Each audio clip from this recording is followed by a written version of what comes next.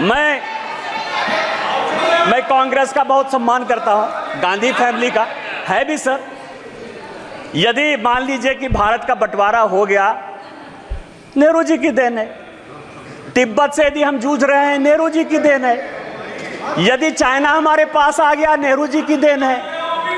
आप ये समझिए, एस्मा यदि आ गया 68 में, यदि ओबीसी रिजर्वेशन के लिए सरकारी अधिकारी आंदोलन करना चाहते थे तो इसेंशियल सर्विस मेंटेनेंस एक्ट जो है आपने ले आया, इमरजेंसी आप लेके आए, ऑपरेशन ब्लू स्टार आप लेके चले आए, श्रीलंका में पीस कीपिंग फोर्स आपने भेज दिया, 2G 4G 3G सब आपने कर दिया। इसीलिए मैं आपके गांधी फैमिली का बड़ा सम्मान करता हूं। इसीलिए बजट में आपने जो बोला वो मेरे लिए बड़ा अच्छा है।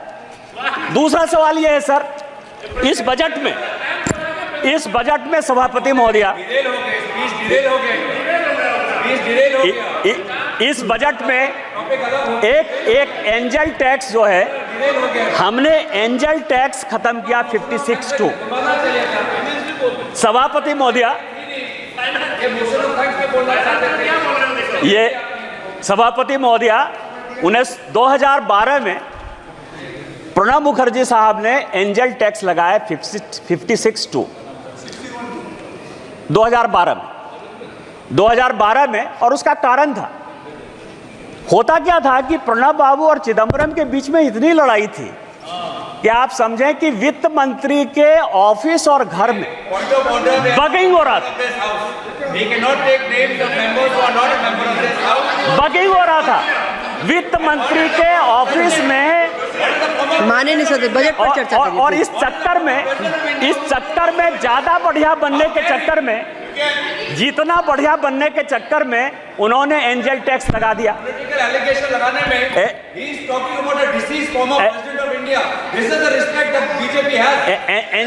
एंजल टैक्स लगा दिया। एंजल टैक्स क्या है? माननीय प्रधानमंत्री जी स्टैंड अप की बात करते हैं, स्टार्टअप की बात करते हैं, लोगों को रोजगार देने की बात करते हैं, और माननीय तोता जो है, तोता महाराज, मतलब लिप्स ऑफ पैरट, नाम नहीं लूंगा सभापति महोदया क्योंकि ये गुस्सा जाएंगे, तो ये जो है कि युवाओं को आज तक, क्योंकि इस पैसे का हमने देखा कि कहां से बजट आता है, कॉरपोरेशन का कितना टैक्स आता है, इनकम टैक्स कितना आता है, जीएसटी कितना आता है, हमारी देनदारी क्या है, उधार क्या है, यह पूरा फाइनेंस बिल का टैक्स स्ट्रक्चर है। और उसमें 8% के आसपास ऐसा पैसा है जो डिफेंस को जाता है। आज तक डिफेंस पर किसी प्रकार की कोई चर्चा इस हाउस में नहीं हुई कि हम इस टैक्स से सेस लेते हैं, सरचार्ज लेते हैं तो डिफेंस में पैसा देते हैं। लेकिन पहली बार मैं देख रहा हूं सारे ऑपोजिशन के लोग अग्निवीर स्कीम के ऊपर जो है लगातार बजट में बोलते रहे, और चूंकि ये एंजल टैक्स लगाया है, युवाओं को ज्यादा से ज्यादा कैसे आगे बढ़ाया जाए, कैसे उसको रोजगार के लिए दिया जाए, और उसको एबॉलिश किया है। इसके लिए माननीय वित्त मंत्री जी बधाई के पात्र हैं कि अब ज्यादा से ज्यादा लड़के जो है वो रोजगार में आएंगे। लेकिन मैं इसके तह पर गया तो मैं आपको बताऊं, कोई नई बात नहीं है। सभापति महोदया, 1962 में जब चीन ने भारत को हरा दिया और लगा कि फोर्स की कमी है, तो भारत में 1962-63 में नेहरू जी ने शॉर्ट सर्विस कमीशन लाया। ऐसा नहीं है कि केवल फौज के लिए जो है अभी 5 साल का अग्निवीर स्कीम आया है, इसके पहले भी इस देश में 1962 में शॉर्ट सर्विस कमीशन आ गया। और शॉर्ट सर्विस कमीशन के बारे में मैंने सारे डिबेट पार्लियामेंट के, लोकसभा, आपको मैं बताऊं कि जो अफसर ज्वाइन करते हैं उनकी नौकरी 5 साल से 10 साल होती है, और अब वो 14 साल हो गई है। शॉर्ट सर्विस कमीशन में आज तक किसी पॉलिटिकल पार्टी ने लोकसभा या राज्यसभा में या सदन के बाहर कोई क्वेश्चन नहीं किया कि यह शॉर्ट सर्विस कमीशन क्यों होगा। सर्विस तो एक ही है ना। आर्मी में भी जो अफसर के ग्रेड के लोग हैं, एक ग्रेड ऐसा है जो परमानेंट चलता है, दूसरा ग्रेड ऐसा है जो शॉर्ट सर्विस कमीशन में 10 साल के लिए चलता है। किसी पॉलिटिकल पार्टी ने आज तक कोई क्वेश्चन नहीं किया। क्वेश्चन आज हो रहा है, और आज हो रहा है क्यों? करे कोई भरे कोई। मैं आपको बताऊं कि मैं ये 1992-93 का 92-93 का कमिटी ऑफ एस्टीमेट का रिपोर्ट लेकर आया। यहां रिपोर्टें आती हैं, बनती हैं, चली जाती हैं।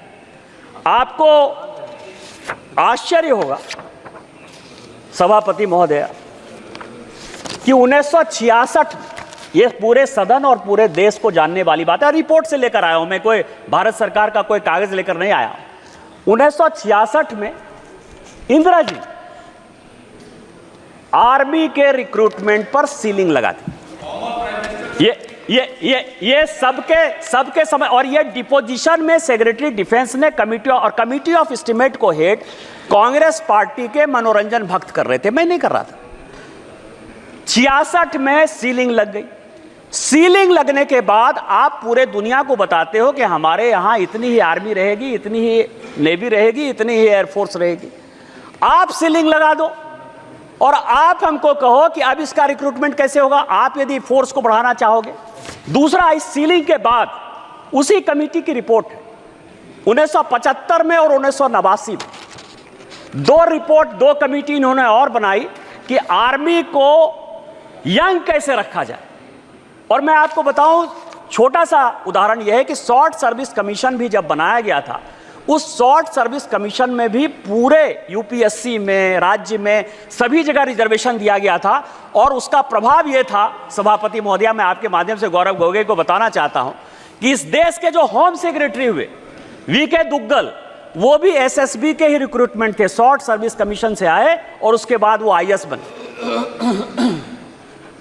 आज अग्निवीर पर 75 में कमेटी बनी, 89 में कमेटी बनी, और इन्होंने मैन पावर के लिए एक्सपर्ट कमेटी बनाने के बाद यह कहा कि आपको 5 साल और 7 साल के लिए, 1975 की बात है, ध्यान रखिएगा सभापति महोदया, 1975 से लेके आज तक 2019-20 तक लगभग 40 साल 45 साल तक जो रिपोर्ट है वो गड्ढे में रही, खाते में रही, मैन पावर की कमी रही, ना आर्मी में आदमी रहा, ना नेवी में आदमी रहा, ना रिक्रूटमेंट सबको अच्छा हुआ।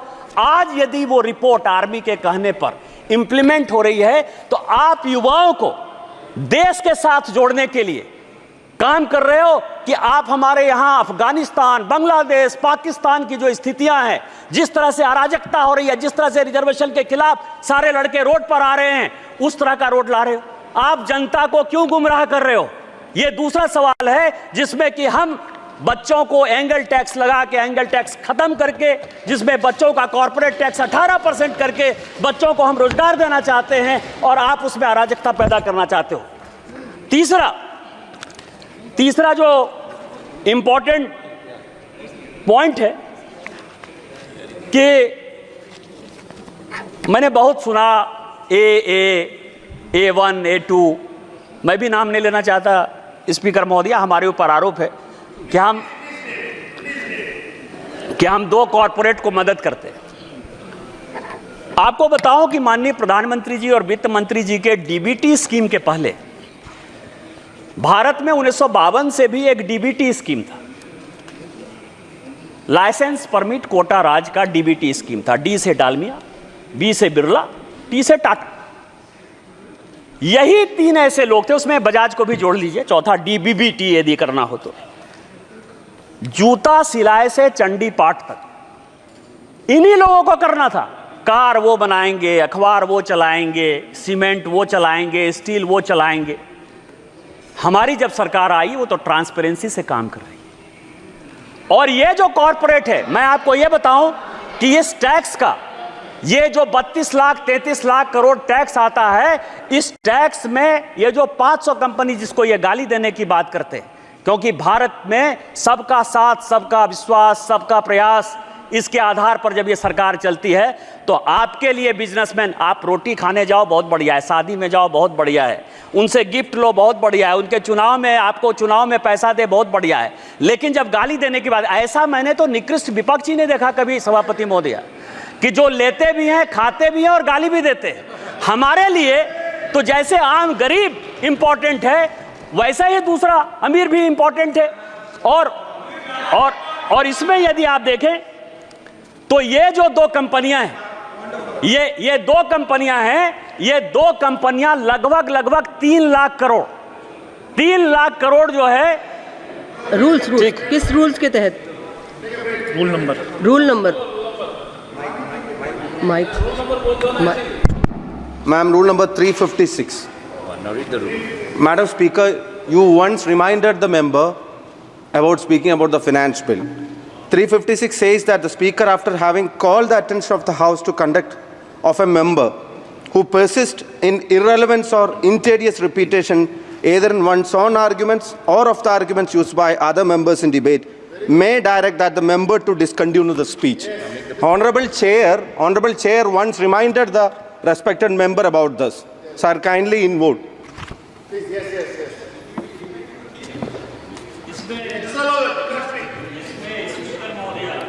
रिपीटेशन, मैं एंजल टैक्स की बात कर रहा हूं, मैं कॉर्पोरेट टैक्स की बात कर रहा हूं। एंजल टैक्स और कॉर्पोरेट टैक्स को कैसे आप डिरेल कर रहे हो?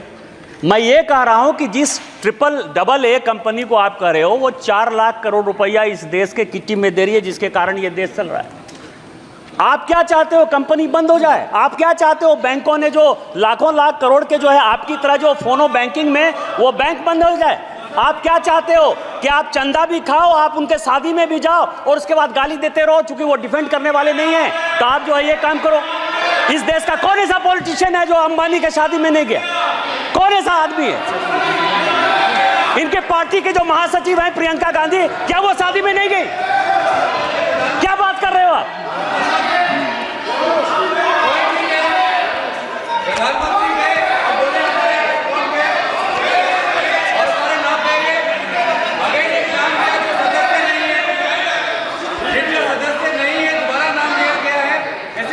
आप महासचिव कहिए सर, आप कहिए कि तोते की बहन जो है शादी में गई, इतना मान लीजिए सर। प्लीज बजट पर कंप्लीट करिए। एक बयान हमने ये फाइनेंस बिल में एक बड़ा अच्छा पार्ट आता है अध्यक्ष महोदया, पीएमएलए का। और इस सदन में जितने लोग बोलते हैं वो इनकम टैक्स के बारे में बोलते हैं, ईडी के बारे में बोलते हैं और सीबीआई के बारे में बोलते हैं। सीबीआई तो खैर अलग संस्था है, लेकिन इनकम टैक्स और ईडी ये दो महत्वपूर्ण है। और इस फाइनेंस बिल में भी ईडी के लिए कई एक चीजें जो है वो बताई गई है।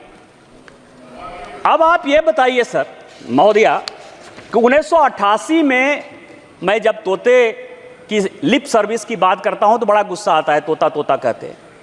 1988 में ये सदन के जानने लायक चीजें हैं कि राजीव गांधी साहब ने बेनामी ट्रांजैक्शन एक्ट कानून यहां लाया 1988 में, और 88 से वो 2017 पहुंच गया। 30 साल में उसके रूल्स नहीं बन पाए। आप हमसे हिसाब लेते हो कि हमने किसको पकड़ा किसको नहीं पकड़ा, कौन जेल गया, कहां ब्लैक मनी है कहां व्हाइट मनी है। कभी अपने गिरेबान में झांका कि 88 में बेनामी ट्रांजैक्शन एक्ट, और उसके बाद आपकी सरकार रही 91 से 96 तक, 2004 से लेकर 2014 तक। ऐसा भी नहीं कर सकते हो कि हम सरकार में नहीं रहे। आप लागू नहीं कर पाए। आप किसको साथ दे रहे थे? किसको साथ दे रहे थे? दूसरा मैं आपको बताऊं, यह सुप्रीम कोर्ट का आदेश 2012 में दिसंबर के महीने में बेनामी ट्रांजैक्शन एक्ट में संशोधन हुआ। भारतीय जनता पार्टी की तरफ से मैं बोलने के लिए खड़ा हुआ, और उस तरफ से माननीय चिदंबरम साहब थे, बड़े फेमस वित्त मंत्री, उनसे ज़्यादा पढ़ा लिखा आदमी तो मैंने जीवन में देखा ही। मैंने बोलते हुए कहा कि आप जो एक्ट लेके आ रहे हो, एक दिन यदि वाइफ हस्बैंड में भी लड़ाई होगी तो उसमें पीएमएलए लग जाएगा, और ये जितना स्ट्रिंजेंट है, जिस भी आधार पर लगा रहे हो, भगवान न करे कि एक दिन आप ही जेल चले जाओ। जब मैं मेरा सीट नंबर 545 था उस जमाने में अध्यक्ष सभापति महोदया, जब मैं बात कर अंतिम था, मैं अंतिम सदन का सदस्य 545 नंबर पर था। जब मैं बोलकर बंद हुआ तो चिदंबरम साहब खड़े हुए, और चिदंबरम साहब का बड़ा फेमस भाषण है कि भारतीय जनता पार्टी बहुत पढ़ी लिखी पार्टी है। मेरी अपेक्षा यह थी कि पीएमएलए कानून में बोलते हुए भारतीय जनता पार्टी अपने एक विद्वान आदमी को खड़ा करेगी, लेकिन उसने सबसे मूर्ख, बुद्धू और दकियानुसी आदमी को, जो है जिसको पीएमएलए पता ही नहीं है, उसको खड़ा कर दिया। यह सुप्रीम कोर्ट का यह आदेश, और सुप्रीम कोर्ट के आदेश में एफएटीएफ में जो चिदंबरम साहब का 2012 का दिसंबर का स्टेटमेंट है, उसी को कोट करते हुए यह रिपोर्ट आया है। जब रोपे पेड़ बबूल का तो आम कहां से हो। इनकम टैक्स में डायरेक्ट टैक्स कोड पर हमारी फाइनेंस की कमेटी, यशवंत सिन्हा चेयरमैन थे, मैं उसका मेंबर था, 5 साल तक हम लोग मेहनत करते रहे कि डायरेक्ट टैक्स कोड को हम लोग बदल देंगे। पीएमएलए में आप स्ट्रिंजेंट कानून लेके आ गए, तो जब लेकर आ गए बिना किसी एक पैसा को खर्च करते हुए, यदि कांग्रेस पार्टी ने आपको 90 करोड़ रुपया दे दिया और आपने जो है यंग इंडिया खरीद लिया, नेशनल हेराल्ड खरीद लिया, 750 करोड़ की संपत्ति बिना किसी पैसे के आपको मिल गई, तो क्या राहुल साहब जो चिदम्बरम साहब का कानून है उसमें आप जेल नहीं जाओगे? ये जेल नहीं जाओगे? और मैं तो कोट कर रहा हूं सुप्रीम कोर्ट के आदेश के आधार पर। तो इसीलिए आप जो सीबीआई और इनकम टैक्स की बात करते हो, ये आपकी कारस्तानी है। हमारी सरकार माननीय निर्मला सीतारामन जी के ऊपर केवल वो उसको इंप्लीमेंट करती है। हमने अपने एजेंसी को केवल फ्री छूट दे रखा है। जो भी भ्रष्टाचारी है वो जेल जाएगा, वो किसी कीमत पर नहीं छूटे।